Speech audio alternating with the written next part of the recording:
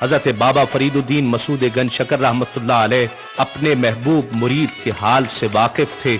आपने हजरत शमसुद्दीन पानीपती रहमतुल्लाह अलैह से फरमाया कि मेरा साबिर 12 बरस से गूलर की एक शाख पकड़े खड़ा है, तुम उनकी खिदमत में जाओ और उन्हें बिठलाने की कोशिश करो और उन्हें आम जिंदगी के मामूल में लाने की तदबीर करो, अल्लाह तुम्हारा हामी और नासिर होगा। बाबा साहब ने इस दुआ के साथ साथ हजरत शमसुद्दीन को ये तंबीह भी फरमाई कि साबिर के सामने से गुजरने की कोशिश मत करना, बल्कि पुश्त से उनकी खिदमत में हाजिर होना।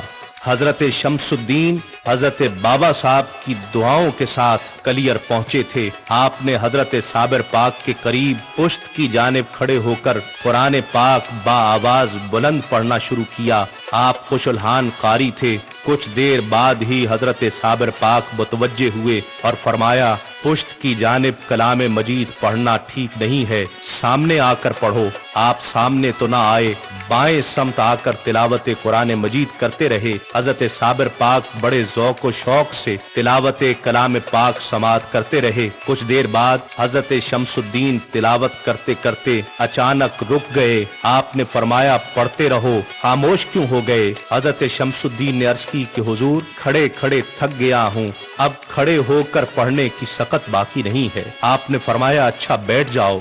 अर्ज की कि ये कैसे मुमकिन है कि आप खड़े रहें और मैं बैठ जाऊं? ये बात सुनकर हजरत साबिर पाक रहमतुल्लाह अलैह ने बैठने का इरादा किया, लेकिन कैसे बैठते? हाथ पैर तो 12 साल के मुजाहिदे से शल हो चुके थे। हजरत शमसुद्दीन ने सहारा देकर आपको दरख्त के तने से कमर लगाकर बिठा दिया और फिर से तिलावत शुरू की। कुछ देर बाद आप फिर खामोश हो गए। साबिर पाक ने फरमाया, अब क्यों खामोश हुए? अर्ज किया कि मेरा इरादा अजूदन वापसी का है, अगर आप मुझे यहाँ रहने की इजाजत अता फरमाएं तो मैं आपकी खिदमत में क़याम कर लूं। आपने फरमाया, तुझे मेरे मुर्शिद ने भेजा है, मैं तुझे वापस कैसे भेज सकता हूँ? दरियाए शफकत व फैज जोश पर था। आपने हजरत शमसुद्दीन के सर पर दस्ते शफकत रखा और फरमाया कि तू मेरा बेटा है और शरफ बैत और खिलाफत अता फरमाई। हजरत शमसुद्दीन काफी अरसा आपकी खिदमत में हाजिर रहे। विसाल से कुछ अरसा कबल आपने अपने मुरीद हजरत शमसुद्दीन को वसीयत फरमाई कि जब मेरा अपने महबूब अपने खालिक हकीकी से विसाल हो तो तुम आना, मेरे जिस्म के बाएं जानिब एक चश्मा जाहिर होगा, उसी के पानी से मुझे गुस्ल देना और याद रखो मेरे जिस्म को हाथ मत लगाना। जिस्म के जिस हिस्से के गुस्ल का ख्याल तुम्हारे दिल में आएगा, मेरा जिस्म उसी पहलू की जानिब खम हो जाएगा। तकफीन के बाद घोड़े पर सवार एक शख्स आएगा जो मेरी नमाज जनाजा पढ़ाएगा। 13 रबीउल अव्वल सन 690 हिजरी को अल्लाह का ये महबूब दोस्त अपने खालिक हकीकी से जा मिला। हजरत शमसुद्दीन जसद अक़दस के करीब गए और जैसे हजरत साबिर पाक ने गुस्ल और तकफीन की वसीयत फरमाई थी वैसा ही किया। कुछ ही लम्हात में घोड़े पर सवार एक नकाब पोश आया और घोड़े से उतरकर इमामत के लिए खड़ा हो गया। हजरत शमसुद्दीन ये सोच रहे थे कि इस कदर अजीम हस्ती के जनाजे में मैं अकेला ही शरीक हूँ। ये सोचकर जब दाएं और बाएं सलाम के लिए मुंह फेरा तो हद्दे निगाह तक बेशुमार औलियाए किराम नमाज जनाजा में शरीक थे। हजरत शमसुद्दीन हजरत साबिर पाक रहमतुल्लाह अलैह से ये सवाल करते थे कि फना और बका का राज क्या है? हजरत साबिर पाक फरमाया करते थे, वक्त आने पर जाहिर हो जाएगा। नमाज जनाजा के फौरन बाद जब वो नकाब पोश वापस जाने लगा तो हजरत शमसुद्दीन के कल्ब में ये ख्वाहिश शिद्दत से मौजूद थी कि वो उस चेहरे की जियारत करें कि जिसने मेरे मुर्शिद की नमाज जनाजा पढ़ाई है। आपसे रहा न गया और नकाब पोश से गुजारिश की कि मैं आपका दीदार करना चाहता हूँ। नकाब पोश ने नकाब उलट दिया। हजरत शमसुद्दीन ये देखकर हैरान रह गए कि नकाब पोश कोई और नहीं बल्कि खुद हजरत साबिर पाक थे। साबिर पाक ने फरमाया, शमसुद्दीन तुम पूछा करते थे कि फना और बका का राज क्या है? जसद खाकी की तरफ इशारा करके फरमाया, देखो वो फना है और ये बका है, यही हकीकत फना और बका है। और जिस तरफ से तशरीफ लाए थे उसी तरफ को रवाना हो गए। कलियर शरीफ तकरीबन 2.5 सदियों तक उजाड़ और वीरान रहा। हजरत साबिर पाक रहमतुल्लाह अलैह का जमाल अभी तक उस शहर पर तारी था। वहां इंसान तो क्या, चरिंदो परिंद भी गुजरते हुए डरते थे। एक तवील अरसा गुजर गया। आखिर अल्लाह के एक नेक बंदे और हजरत साबिर पाक रहमतुल्लाह अलैह के एक मोतक़िद कुतुब आलम हजरत मौलाना अब्दुल कुद्दूस गंगोही रहमतुल्लाह अलैह ने उनके मदफन की तलाश का बेड़ा उठाया। इस काम में उन्हें बेशुमार मसाइल का सामना करना पड़ा, मगर उन्होंने जुस्तजू में कोई कमी न की।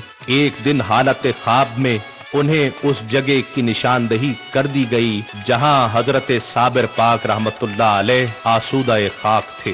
चुनाचे उन्होंने मज़ार मुबारक की शायान शान तामीर शुरू करवाई। जिला सहारनपुर के शहर कलियर शरीफ में हजरत साबिर पाक रहमतुल्लाह अलैह की दरगाह दुनिया भर के अकीदतमंदों की खुसूसी तवज्जो का मरकज है। लोग जौक दर जौक आपके मज़ार पर हाजिर होते हैं और इस अजीम सूफी बुजुर्ग को खिराज अकीदत पेश करते हैं और दामने मुराद को भर कर लौटते हैं। दरगाह शरीफ के अहाता में दाखिल होने के लिए 3 दरवाजे हैं।